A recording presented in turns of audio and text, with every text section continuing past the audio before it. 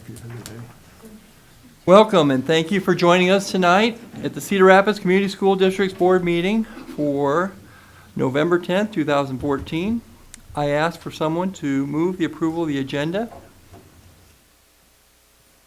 the revised agenda. I move that the revised agenda of Monday, November 10, 2014 Board of Education meeting be approved as set forth, and each item is considered ready for discussion and/or action. Second. There's been a motion and a second. Roll call, please. Director Westerkamp. Aye. Director Rosenthal. Aye. Director Laverty. Aye. Director Anhoff. Aye. Vice President Witt. Next on the agenda, we have a public hearing. This is the time or place for those who would like to speak about a permanent easement at Grantwood Elementary School to come forward to the microphone and address the board. Seeing none, I'll close this public hearing. Next item is Superintendent's report. Dr. Benson. Good evening, everyone. It's great to have a good turnout tonight. As you know, the district is committed to infusing innovation in our instructional environments. Tonight, it's my privilege to welcome a group of students, accompanied by their teacher and principal, to share several examples of how staff and students are doing just that, to create engaging learning environments. Lori Brzezinski, Director of Technology, will introduce the presentations and the participants. Lori? Thank you, Dr. Benson. We are really excited to show you some of the talents of our staff and students throughout the district.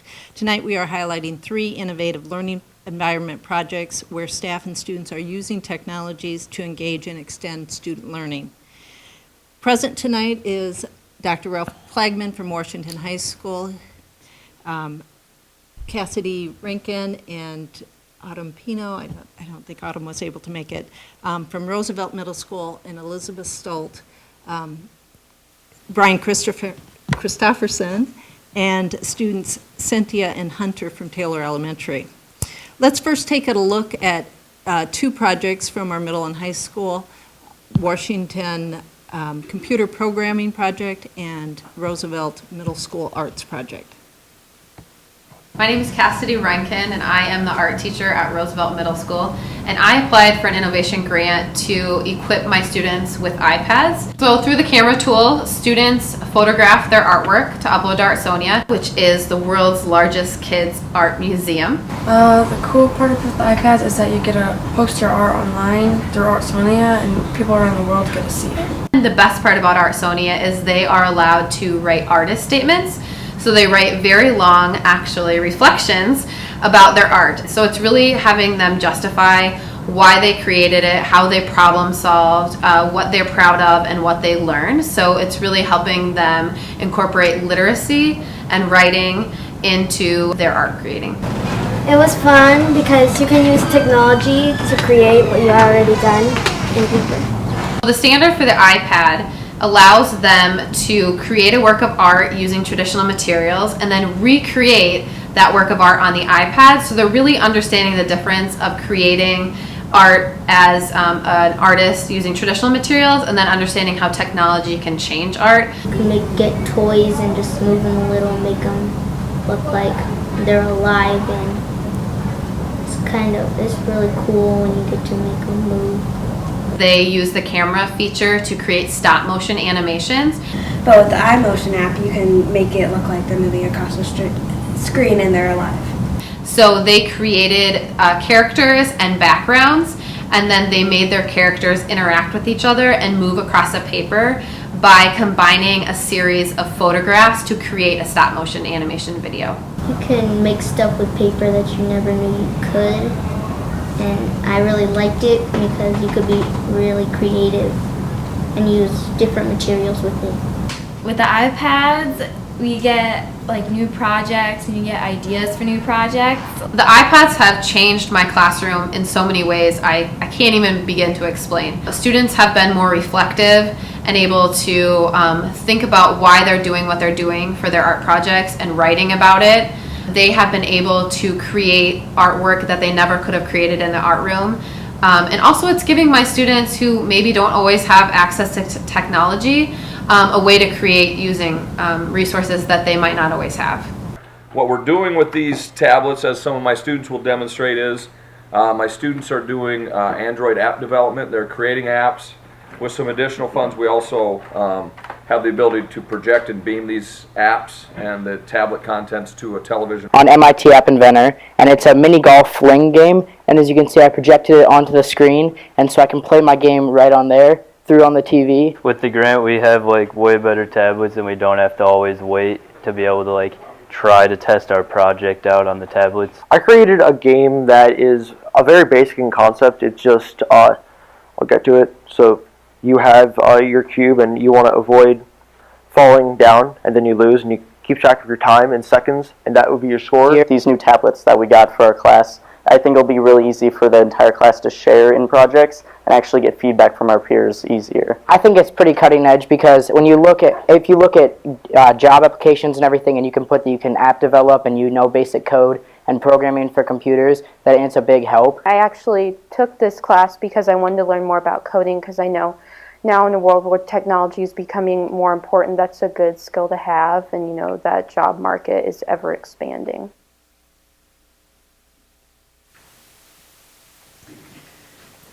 As you can see, the innovative learning projects build upon and extend the foundational skills students are learning. Mrs. Stoltz and her 5th grade students, Cynthia and Hunter, come on up, will now share how it is occurring in their music classroom. Well, hello, my name is Mrs. Stoltz, and Taylor School's innovative learning project is entitled Engaging 21st Century Skills in the Music Classroom. Students created sound compositions using GarageBand app on the iPads. Students' individual compositions were saved and shared with others in the class via hooking it up, just as you're going to see here. Sound compositions were then looped together, which was something I did, and played as an accompaniment in a movement activity using tinkling poles, which are these long kind of bamboo poles, and we did movement activity with those. And we'll later show you some photos of that. So at this time, Cynthia and Hunter will now give a brief walkthrough of their learning process.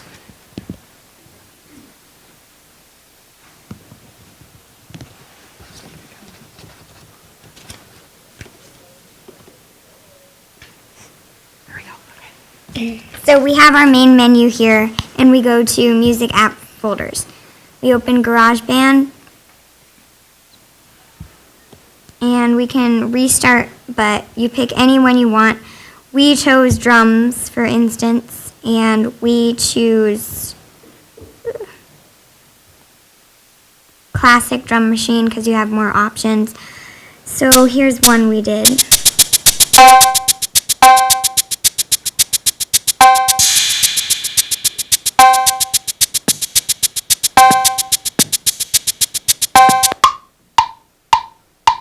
You can record it.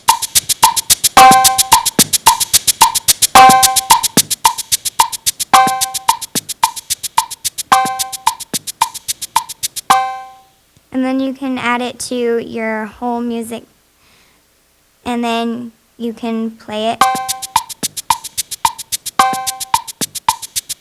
And you can also add loops and go to your instrument, pick any instrument you want. Let's go with percussion, and you can pick anything you want.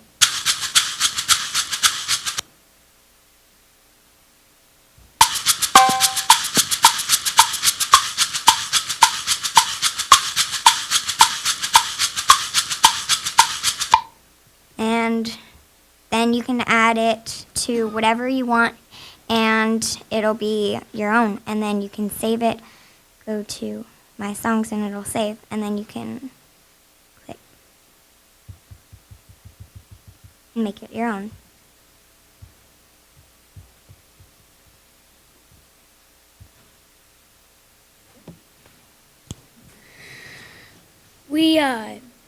We create a final piece by creating some loops, but we also had to we had to bring some of the stuff because some of the stuff we actually made ourselves, and this is what it sounds like.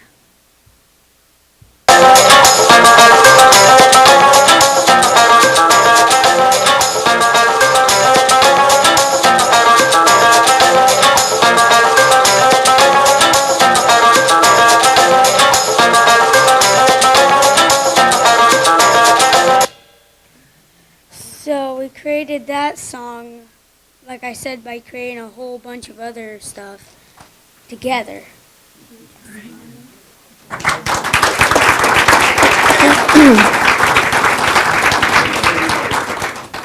It's kind of challenging for us to try to think how we can say all the things we do in a short amount of time, so they did a great job with that. So I just want to end by saying, as a music educator, the impact of the iPads in the classroom has been nothing but positive.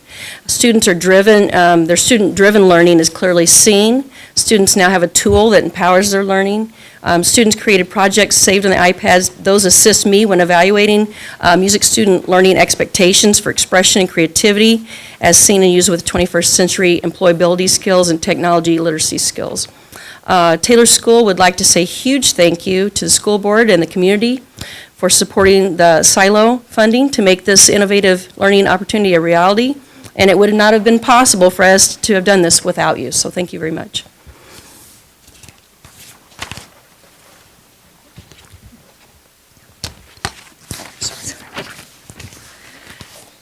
So I too want to thank the board and the community for the silo funds that we use to support these innovative learning grants. And I really want to recognize the incredible staff that we have in this district that take these learning opportunities and really engage students and extend their learning through it.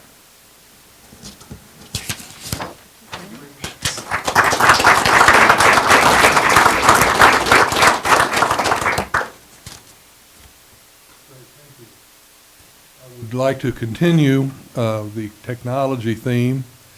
I want to remind our community that the district technology plan provides a choice of computing devices types to meet the building and program needs. Device options include laptops, desktops, table devices for students and staff. Bids were recently sought and established a pricing at the last board meeting for Microsoft Surface Pro tablets.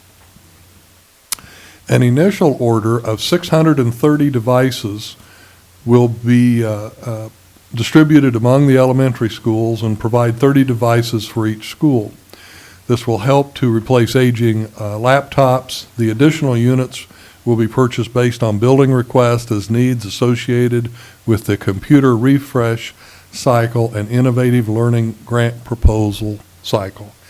We are moving towards much greater device agnostic philosophy in the district, and your support and our ability to have the support of silo funds and the support that PEPL also can provide is absolutely critical to our continued progress in technology.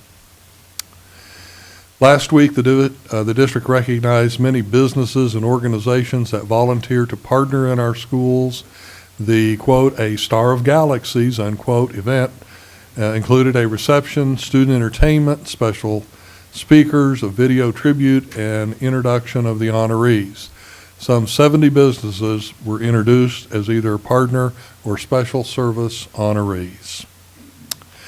I'm pleased to note the district has earned the Environmental Protection Agency's Energy Star for the Education Leadership and Support Center, Truman Elementary, Wilson Middle, and Taft Middle Schools. The APA Energy Star signifies a continuing commitment to energy efficiencies. I'm now pleased to introduce another alumni spotlight. We have a rich and diverse group of alumni in Cedar Rapids Community School District, and we are proud to recognize their success.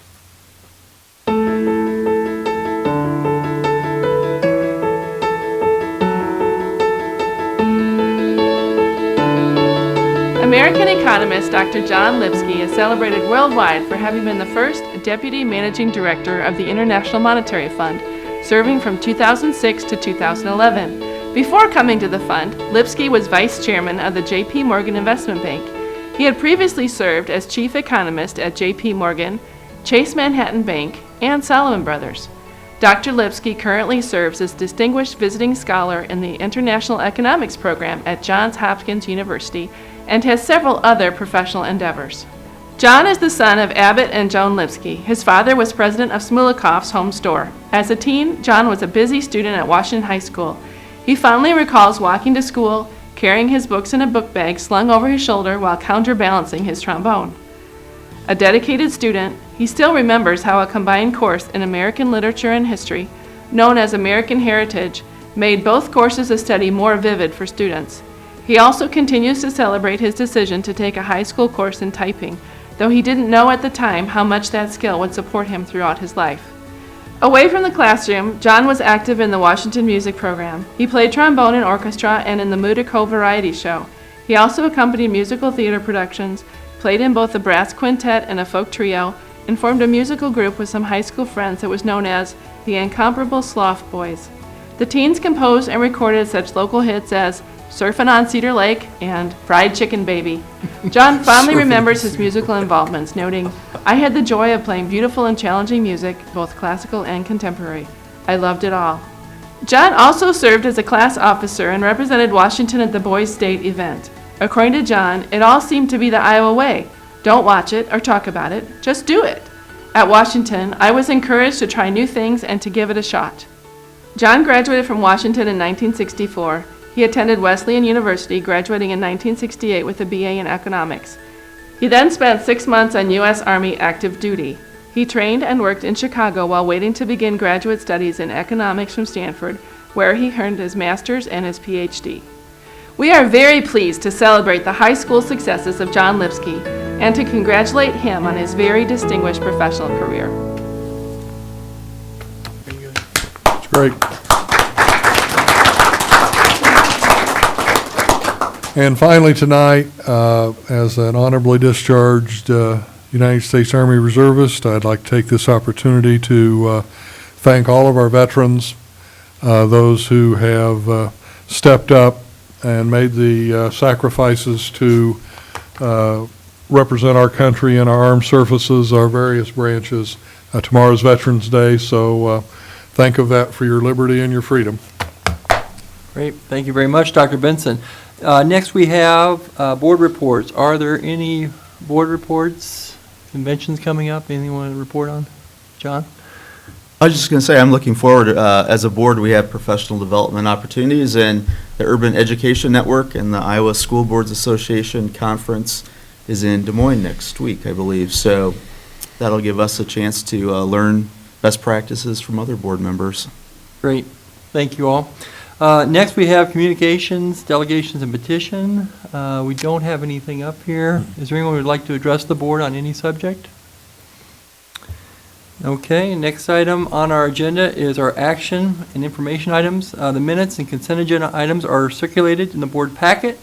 Ask if there are any items that require clarification or would like to be pulled at this time.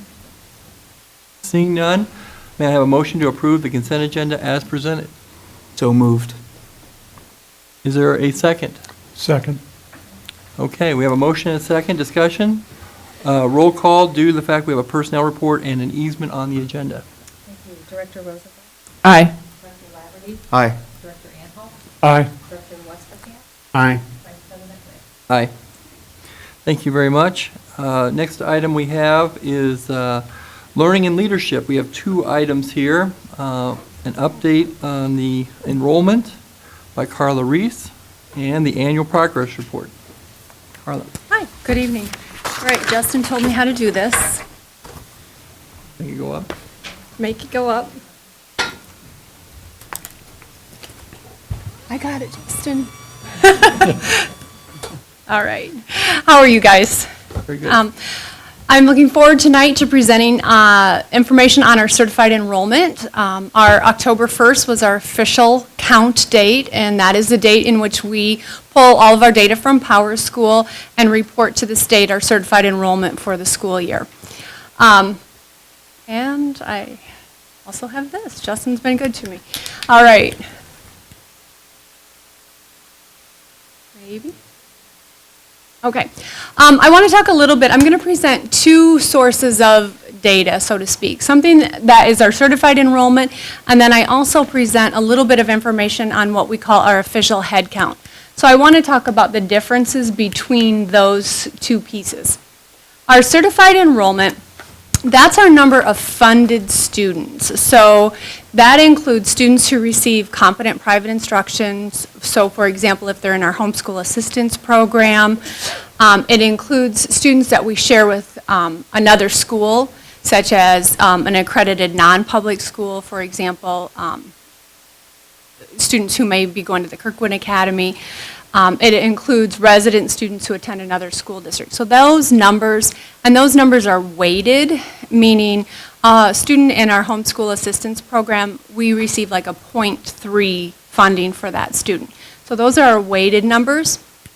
In our official head count, those are the students who are in attendance at our buildings for the 14-15 school year. It includes students who open enroll into our district. It doesn't include any students who open and roll out. It also doesn't include any student who receives competent private instruction. So those homeschool students, because they're not in our buildings, are not counted into that enrollment. And that number is not weighted at all. Each student counts as a 1.0. So what I want to share with you, this is kind of our longitudinal data from 2009 to 2014. And this was, again, polled as of October 1st. And you see that we did decrease a little bit in our enrollment in our official head count. That's about 149 students is what that number amounts to. This is kind of where we fall by level. So, for example, the green bar on the bottom is our elementary level. The number inside it is the number of students in attendance at the elementary. The blue bar in the middle is middle school, and then our high school level at the top. So you can see we had a slight increase at the high school level of about 36 students, and then a slight decrease at each of our elementary and middle school levels. And again, this is our official head count. As part of that data that we collect, we also look at our free and reduced lunch percentages. And we have the yellow bar on the far left. So we have 5 years worth of data across the bottom. But the yellow bar is our elementary level at about 52%. Our middle bar is the first green, high school is the second green, and then the district level is the orange bar. We are, as a district, about 47%. And as you look across there, that number has not really changed since for about the last 4 years. We've stayed pretty steady in those levels. So as I transition to our certified enrollment, what that is, this is again our weighted enrollment. So when we look at the difference, we are actually weighted enrollment-wise, we are at just a slight decrease of about 21 students. So that's the difference between, so that includes all of the students who are partial students, like our homeschool students who are 0.3, and those are aggregated together to get that number. Questions on certified enrollment? I just have one. Yep. It comes up from time to time, and I know Steve has schooled me in this many times, is our allowable, our spending that's allowed. That's based on which number? Which number is our allowable spending? Certified enrollment. Certified. And if we have students within our geographical boundary that opt to go to a parochial school, we don't count those students. Correct. They don't show up on anybody's record book anywhere. Correct. Okay. Yes. Thank you. Anyone else? Steve? The study that we had done on our enrollment, how are we matching up with that study? I thought that we were maybe going to Turn continue that an corner. upward trend, and that didn't happen. prediction, we send this information on a yearly basis so that they can continue to update, and that prediction is still there, that trend will start to tick upwards. Let me go back one slide here. As you can see, we had been down from 11 to 12, about 124. Then we had kind of that slight uptick of over 200 students last year, and we're only slightly down this year. So I do think we are starting to see that turnaround, even though we were just slightly down this year. And that still is the prediction from them. The biggest growth area I remember was elementary, is that right? Was it elementary we're going to see the largest growth? That It was is, last year. we had large kindergarten numbers this year, but we also had a large fifth grade class last year, so, yeah. Got it. Okay, well, thank you very much on that update. And then we also have the annual progress report. That is true.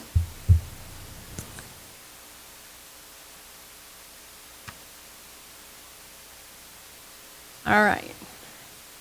And so a little bit about what this is. Our annual progress report, it's a report that we submit on an annual basis to the Department of Education, and it has a variety of information in it.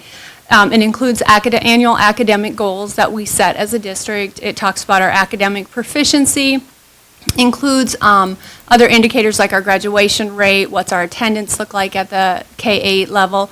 Those are all things that are submitted as a part of this report. So I want to talk about those 4 areas specifically. Sorry, Justin. I did that to you. We have annual goals that we set in reading, math, and science, and we have basically the same goal. We want to increase the percent of students scoring in the proficient and advanced range as measured by our Iowa assessment by 3%. This is a rigorous goal. I'm going to go back one more. Thanks, Justin. This is a rigorous goal as the Department of Education allows districts to set that goal. So we could set that goal on 4th grade.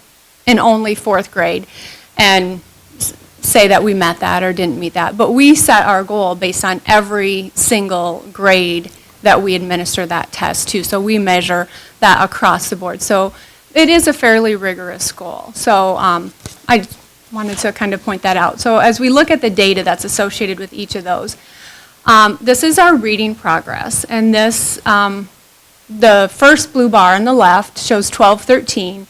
The lighter blue bar shows 13 and 14. And if you look at that, we have met our goal of an increase of 3% in 5th grade, 6th grade, 7th grade, 8th grade, 9th grade, and 10th grade. Stayed the same in 3rd grade and 4th grade. So we just had a slight decrease in 11th grade this year. So across the board, we showed improvement of about 3% in almost every grade level. So excited and pleased to show that information. As we look at our math area, we did not show a 3% increase in all of those grade levels across the board, but we did meet our goal in grades 3, grade 6, and grade 7. We had some areas that we didn't, we had a couple, like 9th grade, we stayed the same. And we lost a few points in a couple of the areas, but overall, we did not lose anything significant in any of those areas. Science. So as we look at our science level, we met our goals in grades 5, 7, 8. We had progress in grade 3, but only 2%, not 3%. So didn't quite say that we met that there as well. Stayed the same in 4th grade as well. As we look at some of those other indicators, our daily attendance rate has stayed the same, which is a K-8 measure that the Department of Ed collects. That was at 96% in 2012-13 and as well as 2013-14. So our attendance rate at our elementary is steady and high. And then our graduation rate, again, that's figured. There's a 4-year graduation rate, so students who graduate right away in 4 years, but we do keep some students or have some students that are able to stay for a 5th year, and our graduation rate with a 5-year rate would be 86% there. questions on that? John? We obviously are looking at student achievement as a board all of the time. It's our top priority as a board, and we hear about lots of initiatives related to reading and related to math curriculum and all these other things, innovative technologies. Is there anything that we've done the last few years that you can pin on any of these grades where we've seen significant, increases that this may have caused that increase, or? I knew you would ask that. I actually thought a lot about that as I was preparing this presentation. It's very difficult to pin one specific thing, but we have been very, very focused on reading, on making sure that we're providing instruction that is very tightly aligned with the core, that it's rigorous. We've adjusted some of our assessments to more tightly align, which then impacts how we instruct. So I do think that has had an impact. We're really focused on that. The text complexity that we're using with students, especially, and helping them think about text with higher level thinking types of questions. So just really focusing on that. And I think that has been what's paying off, really looking at the student data on a regular basis. A lot of the work we're doing in our turnaround schools, I think, has impacted some of that data. I'm assuming PLCs, and the fact that we're hiring teachers with reading specializations and all those things come about. So in the math area where it's not been quite as strong as maybe we would hope, is there anything there that you see making more of an impact, similar to what we were seeing in reading? We are working. We implemented this past school year for the first time new math materials at the elementary level. This will be our second year with that. And then we're also reviewing the materials that we use to kind of increase that alignment to the core at the middle school level for this year. So we're going through that process right now, hopefully for implementation. We've also started looking at how we're accelerating students through some of that curriculum, making sure that that is a little bit more systematic, and so that we don't have any holes in our curriculum or holes in terms of standards that are addressed. So I'm anticipating that work, along with the turnaround work, of course, and getting teachers to look at that data on a really regular basis and adjust instruction. I anticipate that will have some impact on that. Very good. I'm predicting it. Good.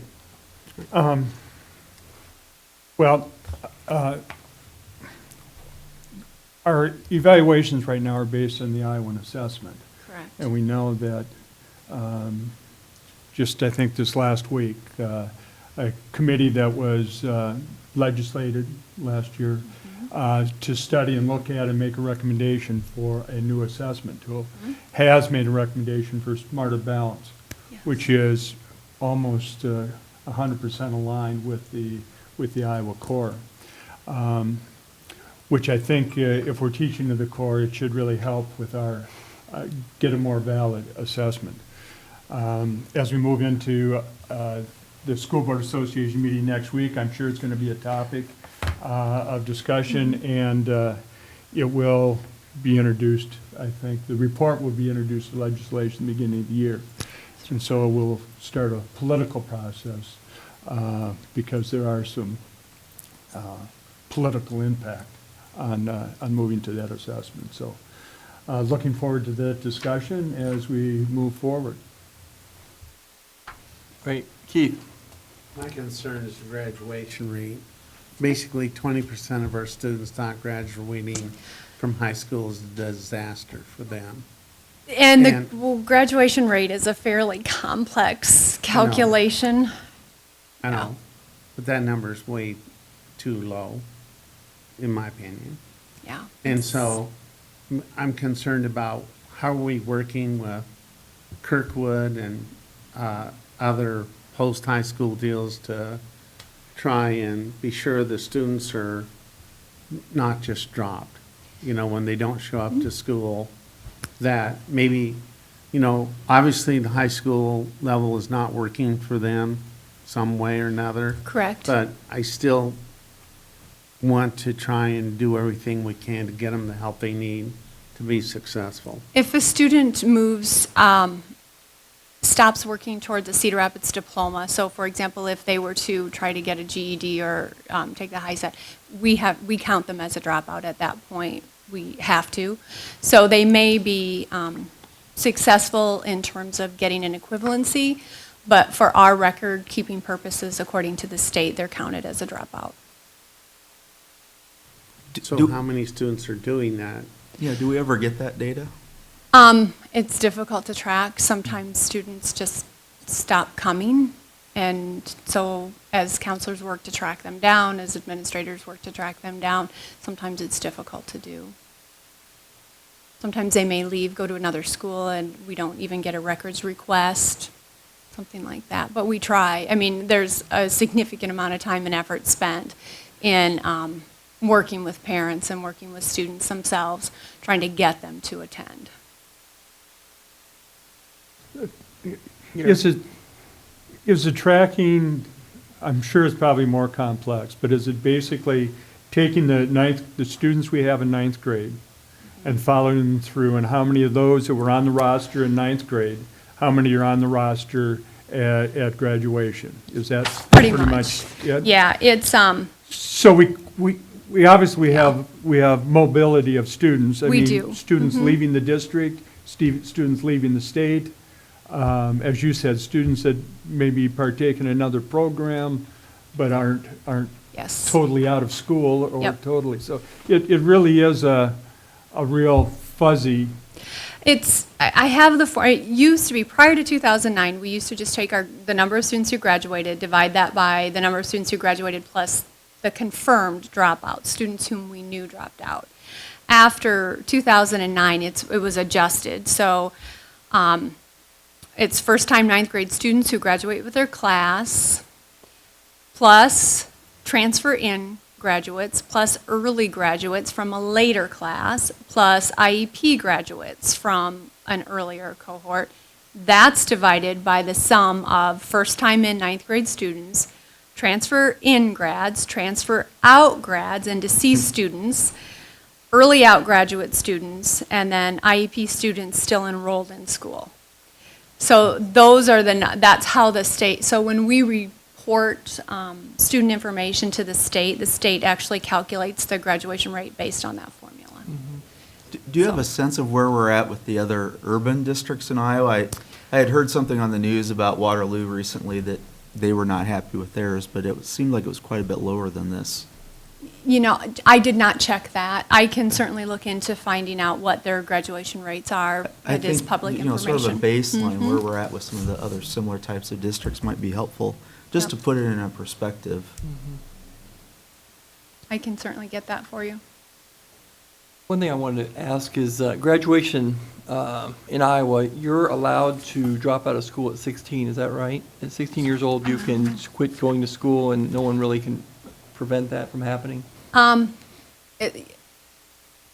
of, yes. That if you turn 16 within the start of a school year, then you need to finish that school year, but yes, so then you wouldn't have to return. The reason I'm bringing it up, there's a law, the legislature is looking at passing a law to raise that to 18 years old, which could change the dynamic of, I know, never happened, but it's just one of those things that's, they're trying to fix something and they can't figure out what it is about these students that we lose, and a lot of them are in that formative years.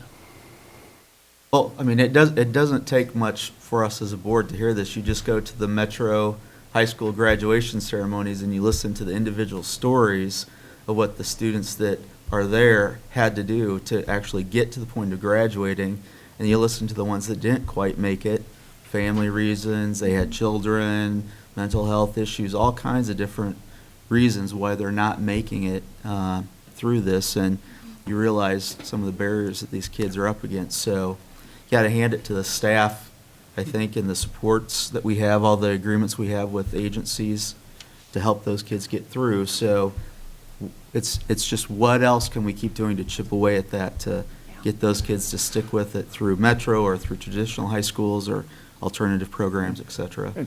And isn't it correct to follow that if they don't again, we could have students that graduate, it takes another year, a fifth year.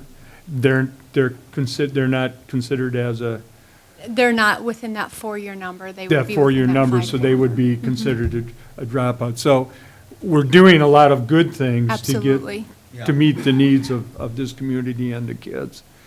But it's, again, So it's just the way the data is being collected. It doesn't reflect It really an doesn't- accurate picture. That's right. Who cares if it takes 5 years? If the Right. kid has to drop out for a little bit to take care of kids or family, 86% seems relatively high from what I've recalled nationally, so. Anyway, it's a good report. Anyone else? Thank you, Carla. All right, Very good. thanks. Next item is board governance. We have some informational items here on the agenda. Policy review manual. Laurel, is there anything here we need to? Unless the board would have questions, what's really important is that you look at the policies. For board meeting, otherwise the rest of the are up for review, and we would be happy to address your questions. Anyone have any comments for the policy review committee? Very good. Thank you. Board governance. We are going to go into a closed session and discuss litigation strategy with our legal counsel. And I need a motion and a second for that. And then when we're done with that, are we coming back out here? No. No, we're doing. Okay. Very good. So do I have a motion? Yes. Second. Motion and second. Don't we have to read it? Yeah. We have to read Oh, this. I'm sorry. I'm looking Gary- at- I'm Gary, looking would at you read the Laurel. motion, please? Okay. Give me a chance to find it.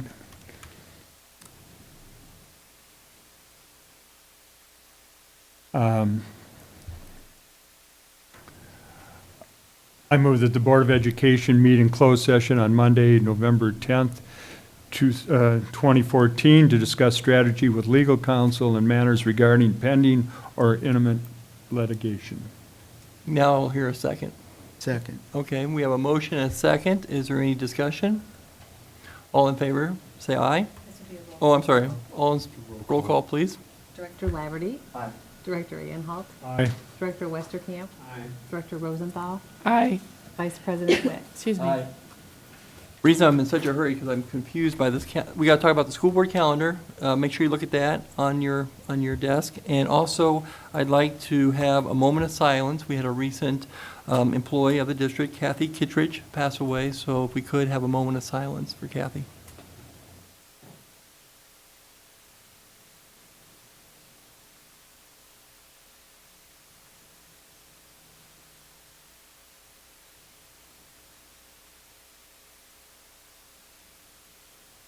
Thank you very much. Okay, we're going to move into closed session. Thank you all. Adjourned. This meeting is adjourned.